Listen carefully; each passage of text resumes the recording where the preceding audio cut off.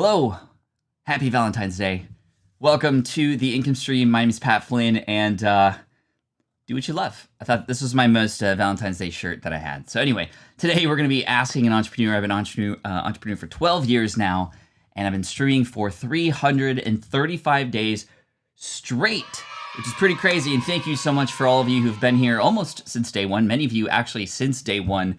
And some of you, I don't know if anybody's not missed one, but there's been a few people who've gotten very, very close. So whether you've been with me for the 335 days here on the stream, or you're just finding me for the first time today, thank you so, so much. I appreciate you. High five. And let's have some fun. I'm just going to answer some questions, as many as I can. And we'll go from there. So let's start the show. Thanks. Say hello to your friends if you're here live. If you're watching the replay, hashtag Team Replay. Let's get the party started. This is the income stream to help you achieve your dream, all while we keep it clean. This is the income stream. It's the kind of show where you can come and go, but then you leave inspired with no fee required. The income stream with Pat Flynn. Yes. So if I look a little bit tired, I am quite exhausted actually. Yesterday was a huge day for me. Not only did I go live for 3:35 yesterday, today's 3:36 in fact. Thank you, Stephanie. But it's just been actually, yesterday was a huge day. On my other channel, I went live, and it's interesting because I go live every day here. That was the first time I went live on that channel. That channel's a Pokemon card collecting channel called Deep Pocket Monster, and it was an event. It felt like a performance. It reminded me of when I go on stage and speak in front of thousands of people in the business space. It reminded me of when I used to practice in the marching band and then get in front of tens of thousands of people and perform. We had at one point, I think 1,300 concurrent viewers. And it was just an incredible experience. My team and I, we put a lot of production work into it. We had a hype reel to kind of lead people in, and I was watching the comments yesterday. I always love to watch things after I do them for the first time because I want to see how I can improve and do better. And you know, we did really well. There were a lot of things that I think we could have improved upon, but you know, I just wanted to celebrate and to just enjoy the moment, and it just is really cool. I got a lot of great comments out of it. I woke up to a comment this morning that just was like a person who said, "Hey, thank you, because Pokemon's a tough situation right now with really expensive prices, with shelves empty at Target, and to see somebody coming in and sort of like give things away and also, you know, bring this new level of production value." It was really cool because that's kind of what we're going for. Probably the coolest comment. Actually, it was really, I don't know, fate. I don't know if you want to call it that, but somebody on the stream yesterday said that I was the Mr. Beast of the Pokemon space, right? And Mr. Beast is somebody who's known for doing these crazy videos where he gives away a lot of things and makes a lot of money and then gives all that money back. And it sort of felt the same way yesterday because I gave away a number of cards and packs that were worth, over $1,000 to 36 different people. And last night on Clubhouse, I made my way into a room with Daryl Eves, who you might remember is the author of a new book called The YouTube Formula, and somebody who's definitely helped me up-level this channel a couple years ago. And lo and behold, guess who enters the room? Mr. Beast. Yeah, Mr. Beast himself enters the room. And he's asking questions, and then all of a sudden Daryl goes, "Hey, Pat, you know, you've been sitting here for a while. Just, do you have any questions, or can I help you with anything?" And I was like, "Yeah, I actually have a question for Jimmy, who is Mr. Beast." And Mr. Beast was there, and so I was like, you know what? I just gotta tell you, I was told earlier today that I was the Mr. Beast of Pokemon. I'm just getting started. I haven't spent hundreds of thousands of dollars on a thing yet and then given it back to the audience, but I'm making my way there. And I wanted to know, Jimmy, from you, how do you, or what strategy do you have for your videos so that you can continue to make more money with your videos to then give back to your audience, to then make more money with those videos to then give back to your audience? And he was like, "Oh, that's a really good question." And he said, "Here's the most important thing. It's creating a video that's worth watching and telling a great story." And I love that he said that. He wasn't like, "Oh, just try to do the most ridiculous thing possible." I mean, he admits that he does that, but he said, you don't have to do that. All you have to do is create a video that's worth watching and a really compelling story, one that sort of hits the heartstrings sometimes. Now, his videos aren't meant to, or, the approach isn't, hey, how can we make people cry in this video? How can we make people just super joyful in this video? But those moments come out in his videos. When he gives away money to a person or a car to a person who said, they were struggling and now they're going to get back on their feet. Or he gives money, like a $1,000 tip to an Uber driver, and they start crying because they had a terrible situation, and this is uplifting their spirits. You can see the emotion, and that comes out, and that becomes something that just adds value to the total experience. And so that was really cool, and the fact that that happened earlier today, the super crazy live stream in front of 1,000 people. That replay is available on Deep Pocket Monster right now if you want to see it. It has over 9,000 views already, which is insane. That video, in fact, during the live stream, I generated over $500 in super chats. People just being very generous and stepping up and providing some sort of just compliment, along with the super chat, which is really amazing. And again, I'm not doing this for the money, but I will say the money that comes in, I'm just going to give it back and try to, I think I'm going to, lean into this idea of Mr. Beasting this situation in one way or another, not just in how can we give more and more and more, but how do we tell better stories and how do we get the emotion into it? So I thought that was really cool. Let's say hello to some friends here. King School Derek, what's up? Thank you so much, Derek, for being there yesterday. I appreciate you. We got Don, Stephanie, Asma. Asma, thank you so much for letting us review your website yesterday. I hope that was valuable for you. I know that perhaps I maybe overwhelmed you with a lot of the comments that I had. There's a lot of work to do for all of us, of course, but I just am there to provide value for you, and I hope that it is something that inspires you to keep going. Tina, thank you for being there yesterday as well. We got Brian Norfleet. Thank you for being here. Jen Games, Lexi. We got Queen Bee. Queen Bee, I saw you popped in for a little bit. That was really cool. Jen Games, Mike, poor Frostless. Yeah, that was another thing. Just like some kind of unplanned meme happened yesterday. And I did this fun thing where if a really cool card was pulled, I pushed a button on my Stream Deck. A lot of you know I use Stream Deck here to just have some fun GIFs show up like this, or, sometimes my mind is blown. I don't use them as much as I probably could, but I was doing that in the Pokemon space. And so if there was a fire pull, I showed fire on the screen and it was kind of fun. But there was one where if there was a sad card, I had it ready. I had it in the sort of back pocket in case it was a really sad card, like a person, pulled something that really wasn't great. The whole screen turns black and white. There's actually rain falling down and this sad violin music plays. And I did that once for one particular card, and that card showed up 5 times. So it was perfect because I got to use that multiple times. It was so cool. I had a good time. But before I finish talking about myself, because today's not about me, but I just wanted to share this with you because a lot of you know I've been building up to this. Dude, I was exhausted. I was so tired after it. I think I get so nervous about doing something for the first time. It doesn't stop me anymore, the nervousness. It gets me to rehearse a lot.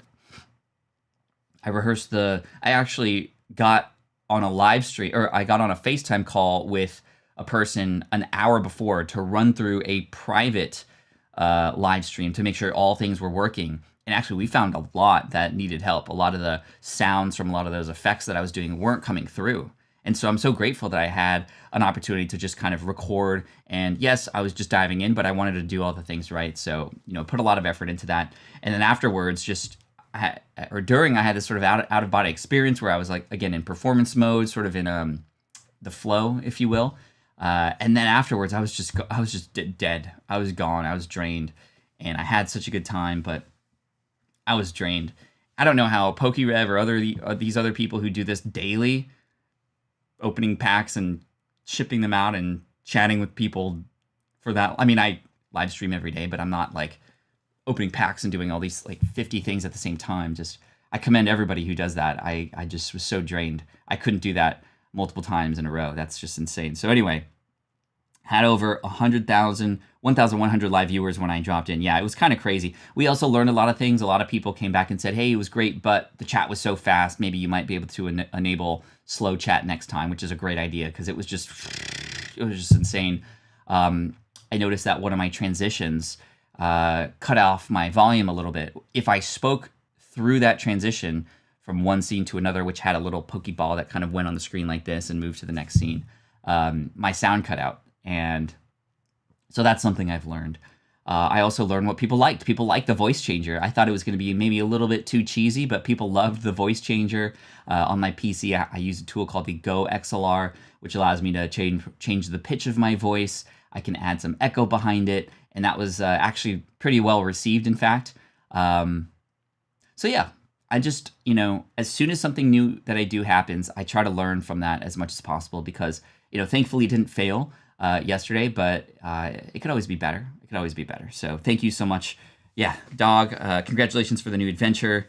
Rev's a beast. His streams go for hours. Yeah, 7-8 hours, and he's still lively at the end. I have no idea how he does it. Dr. Joella, you gave so much. Thank you. Whew. And again, 6 months ago, 8 months ago, I knew nothing about Pokemon. I was nobody in this space. But I've showed up, and as I've mentioned before, I've done some more in-depth videos of how I got into this space. Providing value to other channel creators was a big strategy. Showing up and just learning as much as possible, and then creating, not pretending to be an expert, but just showing up and being like, hey, this is what I'm doing, and if you want to follow along, great. But then finally, and this is the big one, doing something different. I've noticed what's the same. I used my market map exercise in my book, Will It Fly? Literally did that, and that helped point me in the right direction. So, okay, cool. Let's do some Q&A. I'm gonna put some music in the background. We're gonna go over to Spotify, and I'm gonna find, let's see, Stream Beats Lo-Fi. I'm gonna play that. Stream Beats by Harris Heller, completely royalty free. I love that. And let's answer questions. And I see a question here first that's actually very relevant to what it is that we're doing right now, which is enjoying Valentine's Day together. First of all, thank you so much for coming in today. I appreciate you for hanging out. And we're gonna go until the top of the hour here, but a little loud, okay. There we go. From my wife, says Reflexio, when and where did you get married? So my wife, April, and I, we got married at the Immaculata on the campus of University of San Diego. This gorgeous blue and gold scheme building, amazing architecture. And so we had a wedding inside the chapel, and my wife and I both love water. We both love island style kind of life. And so we actually had our reception on the Paradise Point Resort, which is not too far from USD, University of San Diego. And that started in the evening at 5 p.m. between noon, which is when we got married on February 21st, 2021. The significance of that date, 2-2-1, February 21st. 2 people, 1 family, 2 to 1. I just can't stop talking about that. It kind of almost was overdone. I started talking about it during my speech and all that stuff. But a little corny, right? 2 to 1, but I'll never forget 2-2-1, February 21st, which means our anniversary is literally next week. We will be married 12 years strong, learning from each other every single day. So yeah, on the Paradise Point Resort we had, which is sort of right on the Mission Bay in San Diego, we had this beautiful wedding. It was great. It was great. So thank you so much for asking, Reflexio's wife. Thank you. So if you have a question, by the way, just hit up the chat and put in the word question in all caps, followed by your question, and then we'll go from there. Thank you so much. Thank you, Stephanie. Thank you to K-Walk Comedy. Thank you to Karma Cashflow, to Peasant Uprising for manning the ship here, steering it in the right direction always, and I appreciate you for that. Shonda, thank you so much. Sean says, my son loved it. Thank you, Sean. So grateful. The Unpopular Mom says, what software do you use for thumbnails? For thumbnails, I use Photoshop, but there are other tools that are out there. GIMP, G-I-M-P, is one that is available, I think, for free. It's an open source sort of Adobe Photoshop type software, which is even easier to use in my opinion. Adobe stuff is always very, very difficult for me because you go in there to do like one thing and there's like a million things you can do, and that makes it kind of difficult sometimes. But you can also use Canva. Canva is really great. And to inspire you for thumbnails, look at other thumbnails related to the topic that you were talking about and see what's ranking high. because people are sort of attuned to, if you will, click on thumbnails that are like that, right? But you also want to be different, so it's kind of a balance there, if that makes sense. King Skull Derek says, I do hope you also do more vids like the Pokemon Center New York City one. That documentary feel was awesome. Yeah, for sure. That's something I think that stands out in the channel as well. Again, we're only 11, 12 videos in, so we don't have a lot of data to go off of. So we rely on these comments to understand what people like and don't like. And so we can kind of tell the style is sort of forming within the channel, right? So for our videos, more in depth than anybody, high quality sort of production value for the pre-recorded videos, and the live streams should always feel like an event, right? That's kind of how we're approaching it. So I'm very excited about that. BK says, do you edit your own YouTube videos for the Pokemon channel and create your own channel art, or do you outsource? The channel art is me for sure, and that includes the thumbnails, the channel art. The logo is actually designed from a person on 99designs.com, which is a pretty cool website because you can actually sort of share what it is that you want in your logo. You put it up on there, and then you can run a contest. And a contest between designers, they create like multiple versions of what you are describing, and then you get to pick the one you like. It's sort of like a tournament, but for designers, which is pretty cool. For the editing, it is very much a collaboration effort. It's definitely not all me. I'm not putting the final product. I'm not uploading it to YouTube myself, but it is all me scripting it and then filming it and then handing it over to my editor. But then the editor is just following my script. So they're the one actually putting it together. And then what happens is those videos get uploaded to a tool called frame.io. And then I go and watch those videos. It's like a rough cut in the beginning. And then what happens is I then comment all throughout the video, hey, this should be tighter, this should be done a little bit better, or hey, I forgot to add in this part of the story, I'm gonna refilm that part. And so it is a collaboration effort. There's hours of effort that goes into each video. But for that kind of style, those amount of hours are definitely required. Oh, Sean, this is so cool. He said, we get to watch again next week. That's so cool. We're gonna start at noon next week on the Pokemon channel, next Saturday. It was quite late in England, and we have a lot of England viewers. It started at 11 p.m. last night for them, but we're gonna do an 8 p.m., which is a noon Pacific, 3 p.m. Eastern next week for us. Question from Chinad: what is your opinion on Logan Paul on the Pokemon space?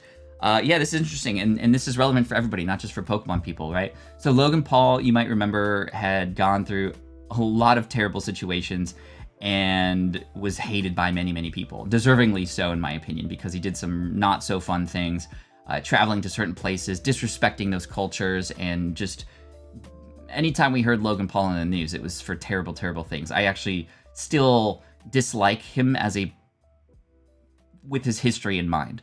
But I do have to say, he's definitely turned around, which is a very commendable thing, because that's a very difficult thing to do, especially when you have that many followers and you're that well known online.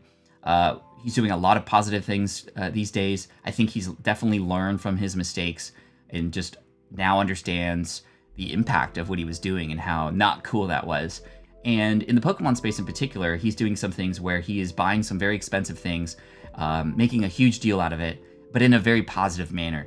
He is bringing a lot of awareness to the space. He is donating a lot of that income and the things that are coming his way to charities, and he's making it fun. And actually, he's the reason why I got back into it a few months back. Just the noise that he created and the waves that he's making.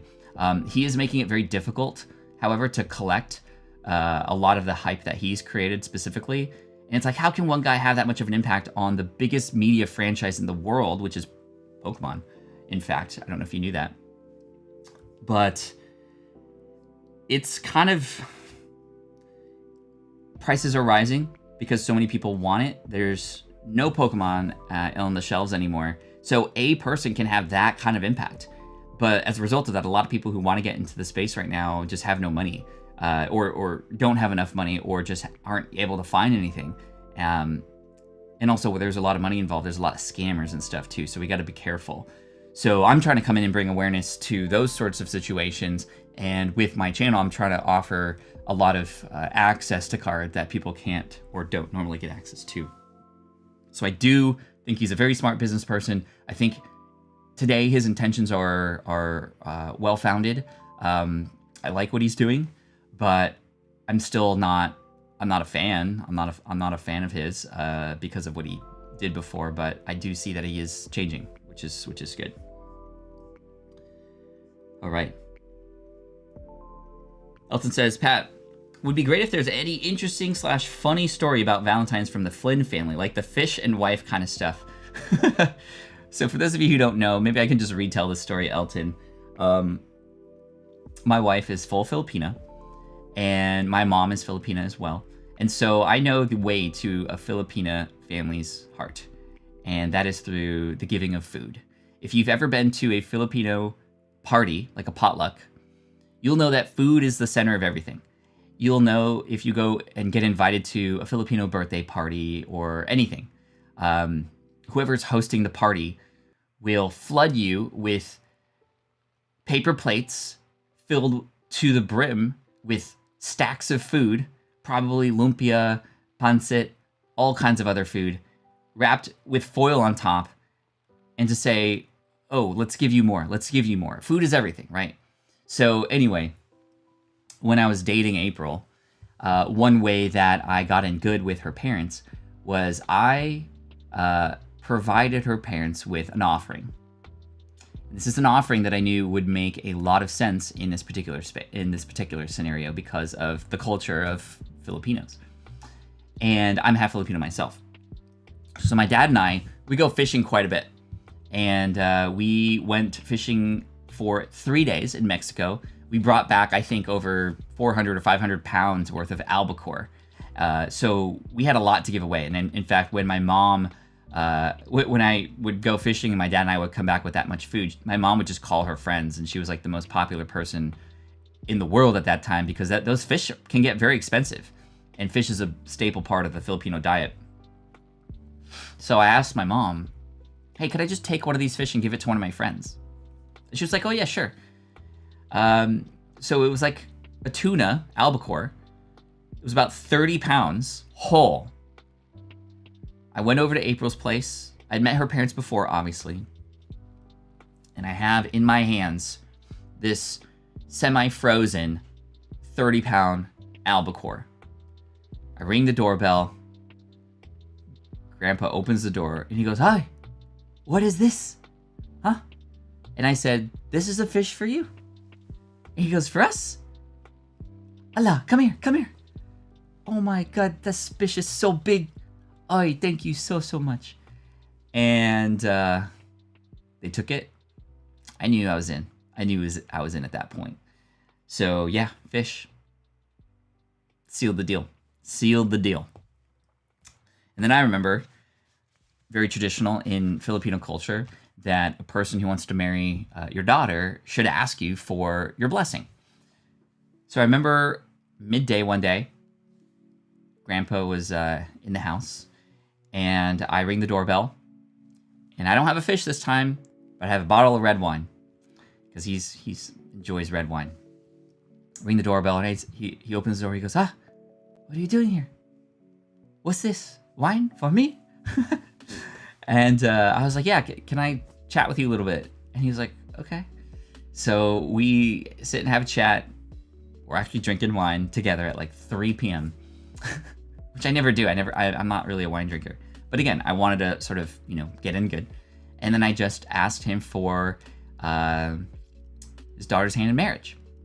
And he was like I remember asking him specifically, vividly. He was like sitting with a wife beater at the counter, like the white tank top shirt. And why is it called wife beater? Like, I don't know.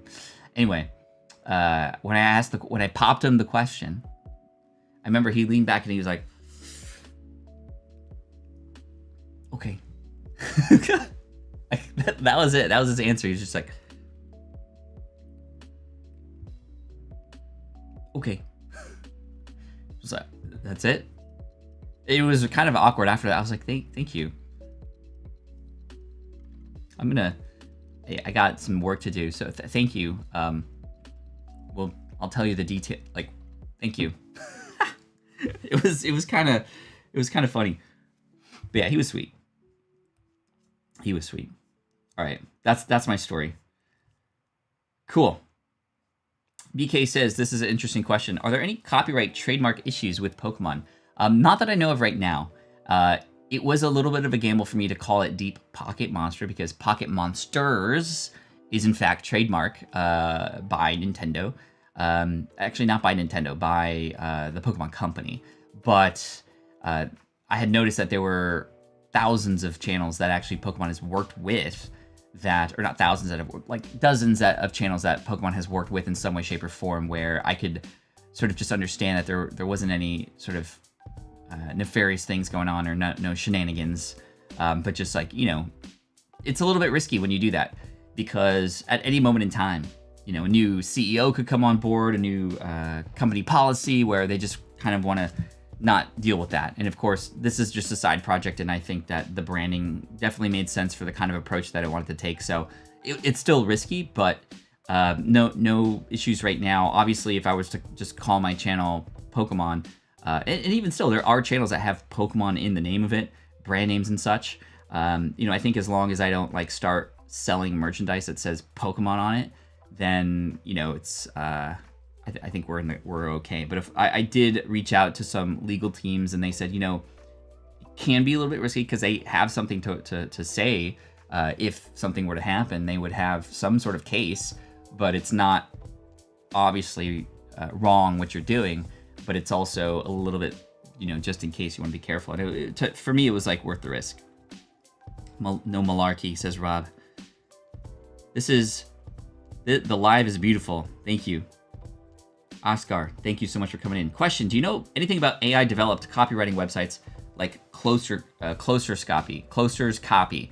I don't know much other than there are a lot of AI-based machine learning tools that actually can write blog posts for you now. You essentially can talk about a topic or you set certain parameters and the machine will do the work for you to actually craft a blog post. In many cases, I've seen this, and in fact, it's actually been useful for many, for example, related to stock market type stuff or industry news.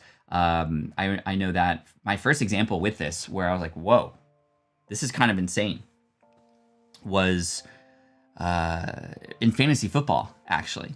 Because I used to be huge in fantasy football the last few years. I haven't done it for the last couple. Ever since San Diego lost the Chargers, I'm from San Diego, I haven't been into football. We have no sports here. Yeah, we have the Padres, but yeah, they've been sort of minor league for so long. Finally, they were starting to get a little better, actually. But yeah. DJ Ize says, what camera are you using for the live stream? The quality is superb. Thank you. I'm using the Canon EOS R. If you want to check out more live stream type stuff, you can go to patflynn.com/ right? live-setup. patflynn.com live-setup is where you can go. But anyway, with fantasy football, like every week, I'd get a report about my team, how it performed, all the plays, and then it would also supply information about the matchup for next week. And it was all automated, right? It was all automated, but it was written as if somebody had wrote this down for me. And I thought that was really I thought that was really amazing. What software do you use to make and edit videos? If I don't need to put a whole bunch of production behind it, all I use is ScreenFlow. ScreenFlow is a tool for Mac users that is essentially built for screen recording. But the editing portion of that is so easy to use that that's all I use. And it's only $99, which is really great. And I can use it to screen record, which is cool. But if I'm going a little bit more all out in a video myself personally and not handing it off to an editor, it'll be through Final Cut Pro. Final Cut Pro. Cool. My wife came running from the other room when you read her question. Thank you. Dario says, hey, Pat, Mac or PC for a creator? I think it really depends for you. I think it depends on what you're doing as well. In many cases, Mac is very beneficial, especially when it comes to a lot of the graphics and those kinds of situations. Plus, it's just much easier to use. However, I do feel, and I've had experience with the PC recently for the live streaming stuff. If you're going to be live streaming, for example, the PC still is crazy. That being said, the M1 and the M1X chip that's coming out for Apple probably is going to be a game changer. However, I use Streamlabs on the PC, and that is very powerful. Streamlabs does work for both Mac and PC, but on the PC, I find it does a lot better for what I'm trying to do. So it really depends on what it is you're trying to do. Cool. Wow, such an expensive fish. Thank you. Question, do you think brand consulting for small businesses and entrepreneurs is niche enough? Yes, although I think that you could niche down even further. As I often say, the riches are in the niches, right, Justin? So what kinds of small businesses are there, and how can you consult for a specific kind? For example, let's say you consult authors. That's a very specific kind of small business, right? An author who writes books and makes money. Maybe they have courses or something that tie along with it. But now you know where to go to find them.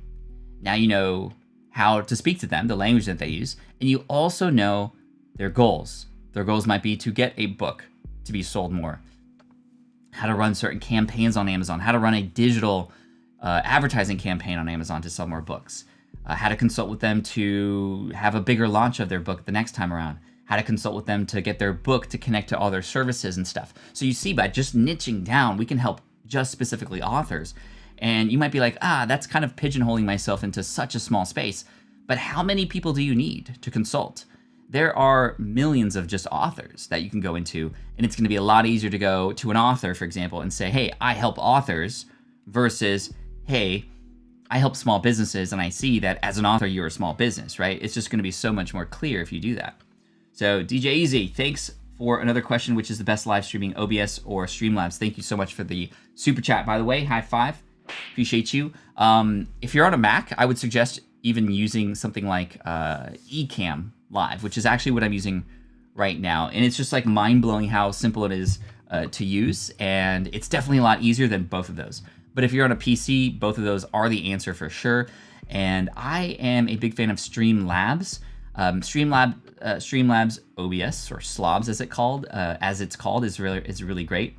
For me, I think that OBS is great too, especially because it literally costs $0. So I think there's a balance, right? If you don't want to spend a lot of money and you just want to give it a shot and try it, OBS regular will work great. But if you do want to invest and go a little bit more higher level, Streamlabs is amazing. I love it. There's also another one called StreamYard. StreamYard is another browser-based, in fact, streaming platform, which is very popular, especially if you're going to bring other people in. That's what I found StreamYards to be really good at. Ecamm will do this as well, but it's even more advanced and more customizable on StreamYard. The ability to like interview somebody and have them come on and be a part of the stream is really cool. A little bit harder to do on Streamlabs OBS. You'd have to have some sort of third-party software like a Skype connected or a Zoom, and then sort of tap them in, I think, using Streamlabs.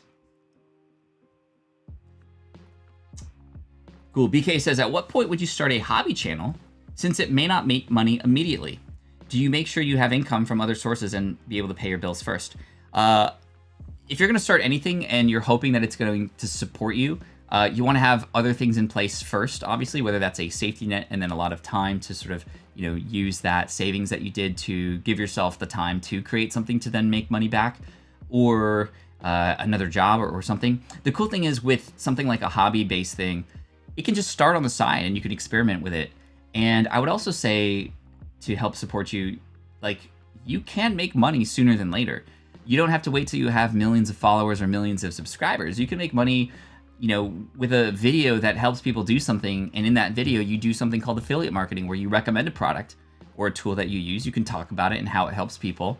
I mean, that's happened before, even on video number 1. If you have something that helps people, you can make money, especially if it's connected to an affiliate program or a partner or a referral program, which a lot of them exist online. You could be a partner for Amazon. Amazon Associates is the name of that program.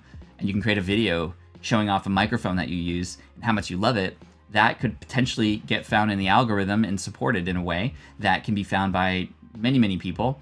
And now you have an affiliate link in that video helping people. Just make sure if you're going to do affiliate link affiliate marketing, that you're very open and you disclose that there's an affiliate relationship there. That's actually required by the FTC, the Federal Trade Commission.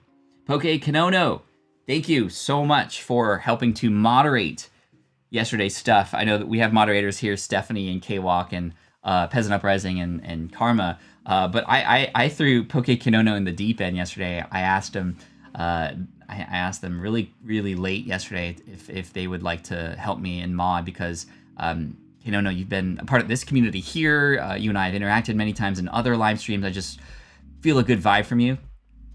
And you were like, sure, I'd be honored. I was like, thank you. And we go in and there's like 1,000+ people. It's like the chat literally, it's going crazy. So I do appreciate your words of advice yesterday after to help make your experience even better in there. And again, you're not required to do anything, but I appreciate you for the support. Anime Unshakable, Amine. This week was an awesome episode of the SPI podcast. Absolutely incredible. Yes, we invited Jay Klaus on to talk about freelancing. So honestly, if you're just getting started in business, check out the latest episode of the podcast with Jay Klaus, who gives us like the perfect breakdown of how to start freelancing and make your first dollar online. Not in a very passive way. In fact, not passive at all, but getting out there, finding a niche, just like we talked about earlier, and learning about that niche and actually how to actually, with detail, start to serve them and help them and get paid for it at the same time, where everybody wins. Thank you, Amine. What's the criteria you look at before hiring, and what process do you go? So for me, I'm very lucky now because I'm at a point where I have a person on my team who's in charge of operations, Matt. He's sort of my right-hand man. He is the integrator for my visionary sort of approach to the business, and he's also in charge of the people. As far as, hiring and, obviously I talk to everybody. I'm not like unreachable, but as far as the hiring process, Matt is definitely a part of that. The process that we use for hiring though, is we create a really, really good job description that we have to nail first. If we don't know what we want to hire a person for, how in the world are we going to know if this is a good fit? So the job description is really key. Not just like, oh, I want you to edit podcast episodes. Let's get a little bit more specific than that. And also how we want that person to come in a role within the team, how it matters to the team, how they're responsible to get things to the other team members, and also team culture is important as well. So describing a little bit, not just in the job description, but in the job itself, the culture of the business, and helping make sure they want to be a part of that too. So we share our values and our mission and our mission statement with the prospects, so that we can filter people out who don't want to be a part of that, right? So it kind of works both ways, because we want to find the right person for us, but we want people to feel like they found the right job and company to work with on their end, right? So we can both help each other reach our goals. And then we vet that. We don't go out into the public and go, hey guys, we're hiring for this. We want to start in other channels first, maybe a little bit more quiet, because I know with the size of audience that we have, if we go, hey, we're hiring somebody, like even just the other day, Caleb asked me, hey, can you post on Twitter if you can find somebody who works on thumbnails? And I was just like, hey, Twitter, anybody work on thumbnails considering hiring somebody? I got like 90 different responses from different people. And now I almost kind of feel bad because I can't even reply to every single person. And, we found one and worked with them, but like, does that mean I have to go to the others and say, hey, sorry, I found somebody? Like I should, but it's just hard to manage that. So we try to keep it not under the table, but under, a little bit of wraps. We don't want to go too loud with all that stuff, because it can definitely get kind of crazy. So we try to start within relationships that we have already with others, our colleagues, friends, partners, and go, hey, do you happen to know anybody who can do X, Y, and Z?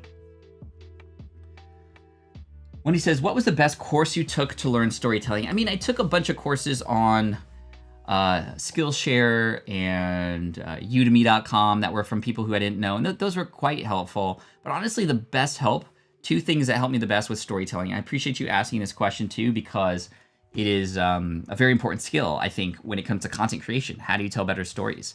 People remember stories. They can put themselves in that situation a little bit better. You can teach better with story as sort of the medium. The best place was actually TED Talks. Watching a lot of TED Talks. I started to notice that my favorite TED Talks had the best stories. And so I'd go into those stories and learn from them. There's also a great book from a woman called her name is Nancy Duarte. She is actually the person who helped Steve Jobs put together his presentations for the iPhone. Nancy Duarte. And this book is called Resonate. Resonate. And this is a good book that really dives into a lot of speeches and how they resonate. But there's a lot of storytelling elements in there, and that's really great too. Again, that book's called Resonate. There's in fact a whole breakdown of Martin Luther King Jr.'s speech, from the sort of rises and falls within that speech itself, and how it climaxed at a certain point, and just the way it was structured. Really, really cool. Really, really cool. But TED Talks are great. I can just kind of sit and watch, and I do consciously listen for the story. Where are they starting in the story? Are they starting with like the crazy part that just happened? Are they setting it up? There's many ways to do it, but then I kind of pay attention to how that works, almost like how comedians pull a lot of inspiration from other comedians, right?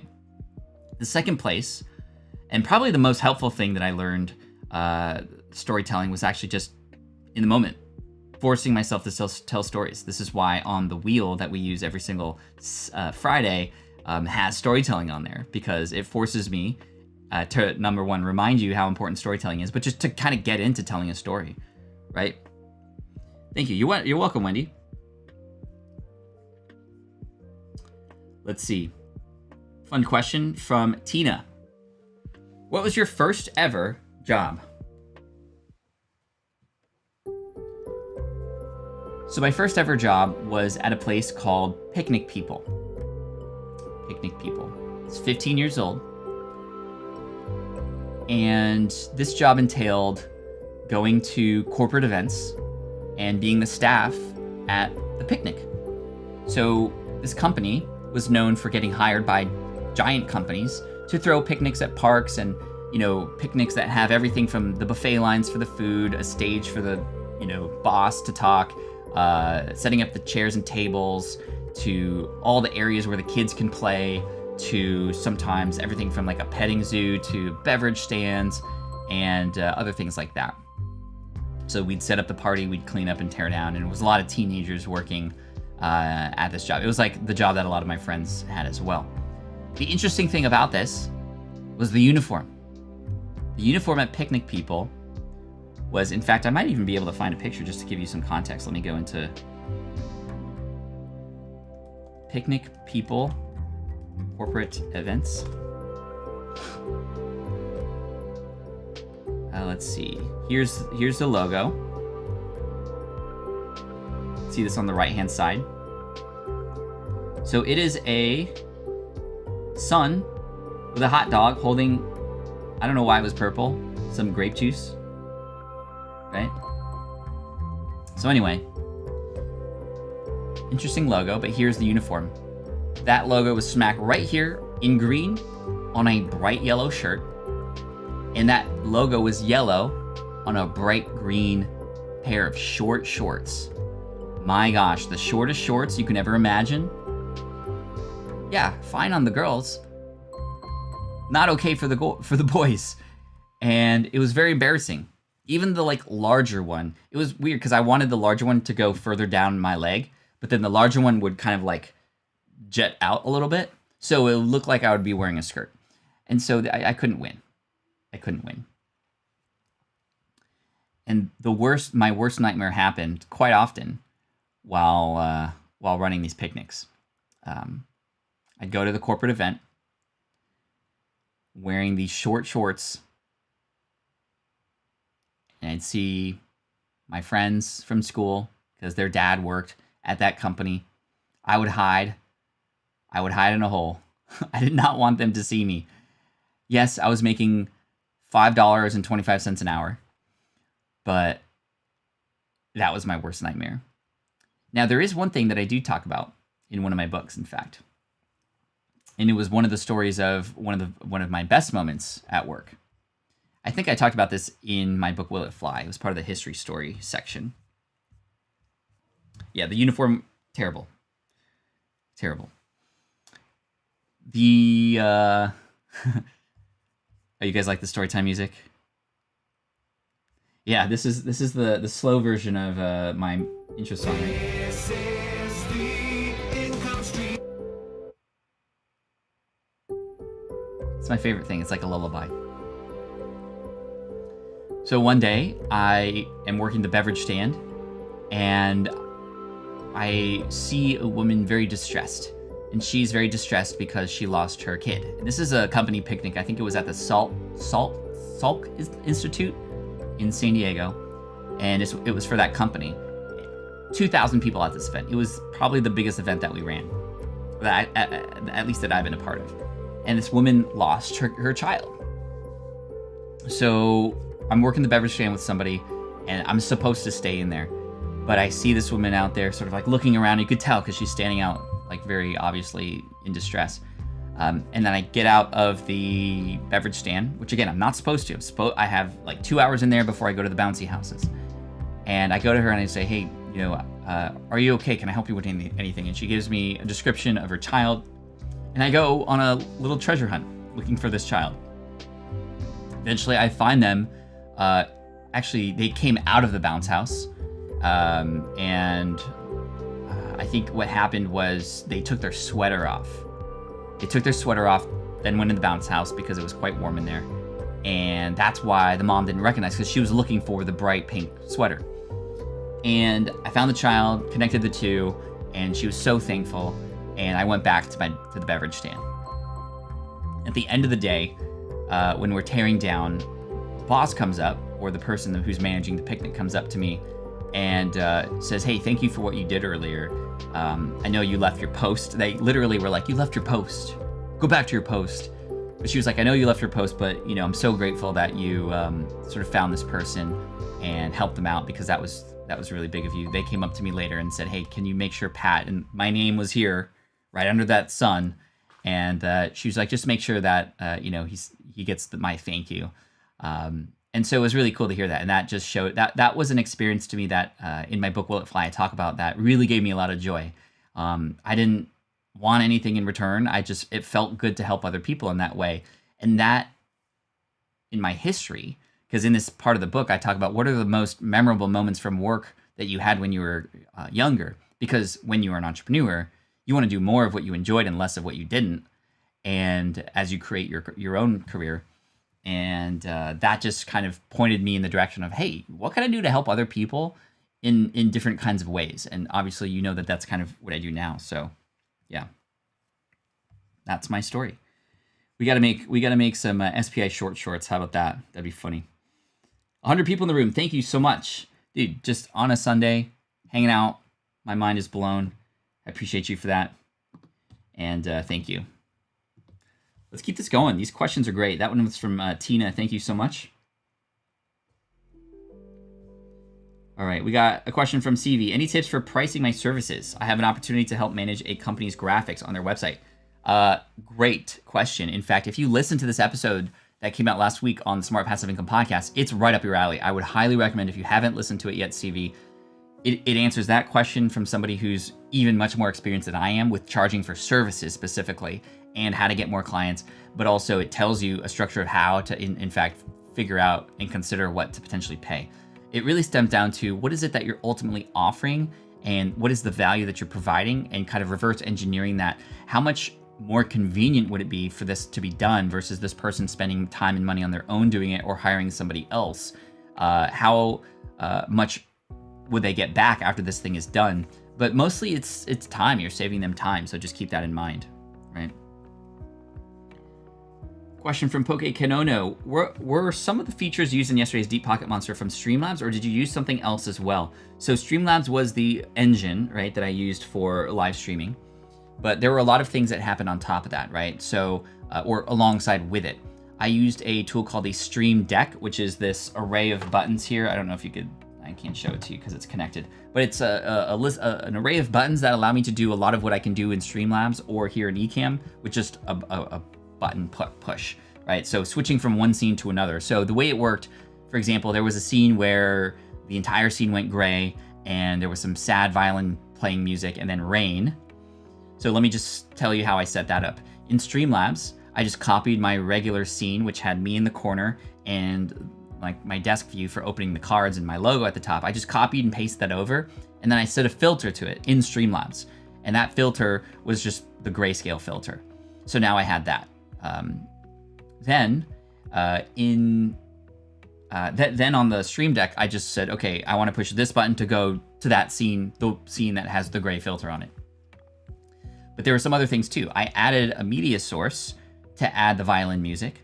I added a media source with a transparent rain falling situation, which I got from, there's a ton of different places you can get sort of transparent alpha channel, alpha meaning like the background is transparent, videos, and motion source or motion something. I can't remember the name right now, but I downloaded that and I added that onto that particular scene. So now the scene's sort of like decorated nicely.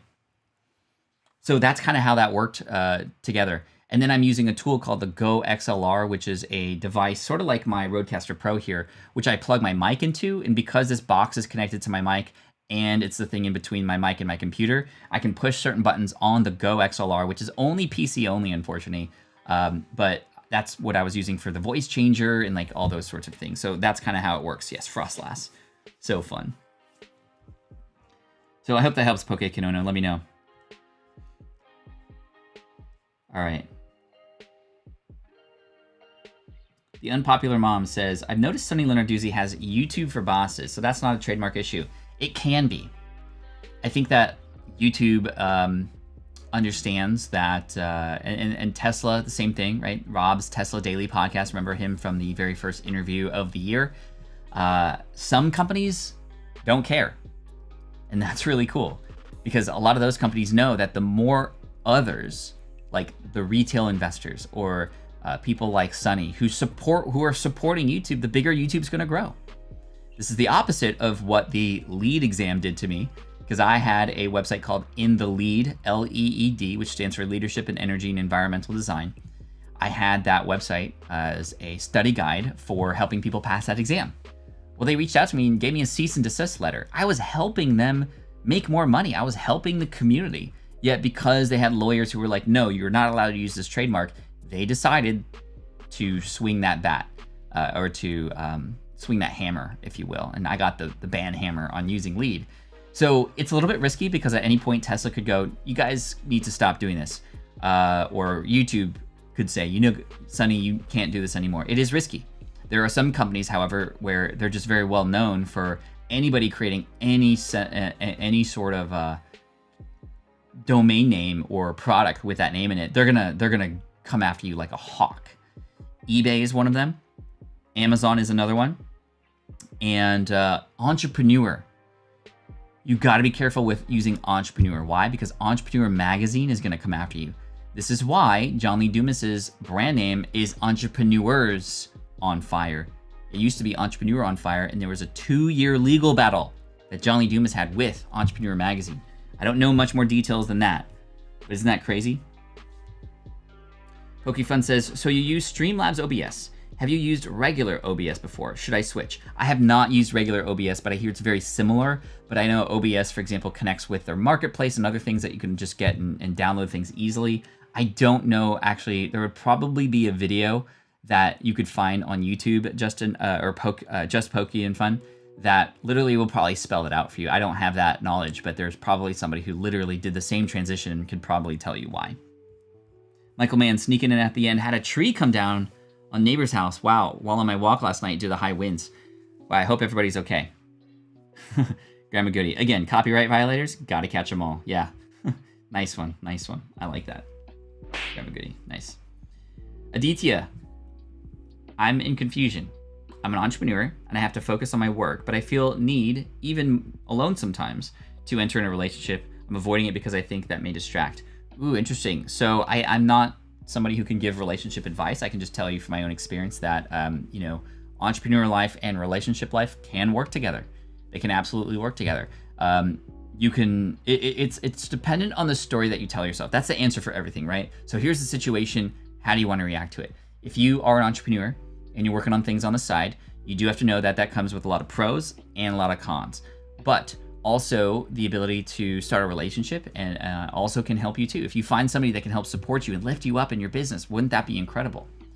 But at the same time, would the business get in the way? Maybe, maybe not. I think as long as you're honest in approach and you're with authenticity and transparency, that's great. What if having the entrepreneur lifestyle allowed you to, in fact, spend more time with your partner, right? So it's, again, the story that you tell yourself. I wouldn't worry so much if you weren't just always being honest and upfront. That's it. I think that's the answer, because you're 20 years old. That's amazing because you have so much time to take so much risks without so much risks, right? You probably don't have kids yet, obviously, and you don't have a family that you're supporting yet, but that allows you to experiment and try new things to get to the point where you can have a lot more time. You can have a lot more freedom, if that makes sense. Happy Valentine's Day, everybody. Oh, here we go. Mr. Camera Junkie, I used OBS and tried Slobs. Streamlabs copied over all of my OBS settings and scenes. It works so much better for me. So what, Mr. Camera Junkie, would be the, like, so you copied everything over, great, but what does it now allow you to do that you weren't able to do before? I think that's what Kinona is kind of asking for. So I'd love to hear from you, because I don't even know the answer. I'd love to know so I can pass that forward. Just more functionality, says Gentleman Gaming.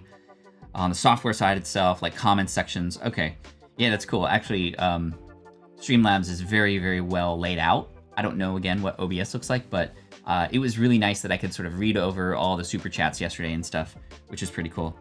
By the way, love the DPM stream last night. Can't wait till day 365 on that channel. I already can't wait till next live. You two are doing it right, and I'm along for the ride. Thank you. I also saw your ask yesterday if you wanted to mod. Is that still something that you're up to now that you've seen what it is? Just poking fun. I'd love for you to help out the channel, because we're going to need more resources as we move forward. I'd love to have you along and have you be a part of it and help shape the future of the channel in that way. Even though it's a small way, but it's still important nonetheless. But if you're still up to that, just poking fun, let me know. I'll try to find a comment and moderate you from my other channel there, if that would be something you'd love to do. If not, no worries. And Kano, I know I just kind of threw you in the deep end there yesterday, but please don't feel obliged to always be in every stream or anything like that. Just, you tell me what I can do to help you. This has been a lot of fun. How is this hour over already? Right? Scrap Happy says, it doesn't make sense that someone can own a regular word from the dictionary like entrepreneur, right? Yeah, but Entrepreneur Magazine, they published this magazine for 30 years. They've owned that word. But yeah, you're absolutely right. You know what I mean? Yeah, the chat was insane yesterday. Do you go to San Diego Comic-Con? You know what? I don't. I have never been able to go. I've wanted to go. I feel like I'm not a pure San Diegan. I'm actually not pure San Diegan. I wasn't born here, but this is my home. But I feel like I haven't lived San Diego to its fullest because I haven't been. A lot of my friends have been. I just haven't had the time. As soon as I came back to San Diego after school, after college, and when I started my entrepreneurial career, I was all in on family, got married, had a puppy, had a couple babies, been working more on the business, and I just haven't had the chance to. And it's been growing like mad, and it's crazy that it hasn't happened last year, and I don't think it's going to happen this year either. We'll see what happens, but I mean, man, not yet. Not yet. Interestingly enough, I was actually browsing a lot of promotional cards on eBay the other day, and there's a Pikachu that was handed out at Comic-Con with the San Diego Comic-Con insignia on it that I'm actually looking at, which is pretty cool. It has the Comic-Con logo, and that to me is pretty meaningful because it comes from home. And there's only a population of 3 at a PSA 10. There's only 3 in the world, which is kind of crazy. It appears that you prefer Streamlabs to StreamYard. Marie, I've only used Streamlabs. I experimented with StreamYard, but for the needs that I needed to do with the Pokemon channel, I prefer Streamlabs, but I know a lot of people who use StreamYards a lot. Check out Ronnie Mullen's TED Talk if you haven't. Wonderful to listen to. Thank you so much for that. Hey, everybody. We are at the top of the hour. I appreciate you. Just poking fun. Did I get an answer from you? If not, no worries. Oh, yes, I would be honored if you had a spot. Chat for crazy. I would probably go slow-mo next time. Yeah, I'm going to go slow-mo next time. So we're going live again next Saturday at noon on the Pokemon channel. And we're already talking about the hype reel. If you watch that video, those first 3 minutes, people were getting goosebumps. They were just, oh man, it was so much fun. I watched it 3 times over again. Just the hype reel in the beginning, just to see what that did for the community and to just see all the chats coming in. It was so cool. But yeah, we'll have slow mode on next time. All right, final question from Oscar here. I want to help Oscar out. What is the #1 tip for editing for podcasters in GarageBand? Well, I'll give you 3. I mean, I'm feeling very generous today. So, #1, it would be to have master files for things that every time you create a new episode are going to have those elements. So, for example, if you have a voiceover or some music, have a master file saved, have few copies in case you save over them, that you can open up new every time with all those elements already in there. So you never have to drag and drop or put those things in there. You can move them around later if you have to move things around. But Having those in there make it really, really easy. Number 2, just go. I remember when I first started editing on GarageBand, I wanted to edit out every single weird pause, every single breath, every single It's going to take you hours to get that done. And I just kind of launched my show with those things in it. You know, obviously if there's giant mistakes in there, I take those out, but anything like or weird pauses, I just add in, keep it in there. Much less time editing and more to force you to get better at communicating, right? When you know that you're publishing stuff that maybe isn't the best because you're saying a lot, you're gonna make sure you say less the next time, and just even subconsciously that'll happen. And then third and finally, know your shortcuts. The earlier that you can learn your shortcuts, like how to split, how to cut, you know, how to do all those things, the easier it's gonna be. It is a chore. It is something that does take some time, but you can get better and faster every single time and just create that system, right? The folder system with a master file, open up the new file, you drag and drop your interview in there. You have all the things as you listen to it to just make it easy for you to do that, and you can go there too. All right. Sue says, thanks for a fun Q&A day. Thank you so much. I appreciate it. Yeah, good times. Cool, just making sure I got everybody all right. Hey chat, thank you so much for today. Happy Valentine's Day. Hope you get to spend it with your loved ones, or if not, that you're at least communicating with them in one way, shape, or form. And even if you're not celebrating Valentine's Day, I just hope you have a great day and stay warm out there. There's a lot of freezing weather in the world, especially in the US right now, which is kind of insane, especially in Texas. Please stay safe. Please stay warm. Thanks for today. I will see you tomorrow at, let's see what the schedule tells me. We are in our final 2 weeks, my friends, of the show. That is insane. Wow. So we're going to go live at 11 a.m. tomorrow. 11 a.m. Pacific, 2 p.m. Eastern. Thanks so much for today. I appreciate you. And take care. Thanks, and have a good one. As always, Team Flynn for the win. This is the income stream to help you achieve your dream. All while we keep it clean. This is the income stream. It's the kind of show where you can come and go, but then you leave inspired with no fee required. The income stream with Pat Flynn. Okay, thank you for today, everybody. Way to wrap up episode 336. I'll see you tomorrow for 337. And just don't get into too many shenanigans today. Second time. Anyway, cheers, everybody. Take care. Have an awesome one. Stay warm. Happy Valentine's Day. Bruh.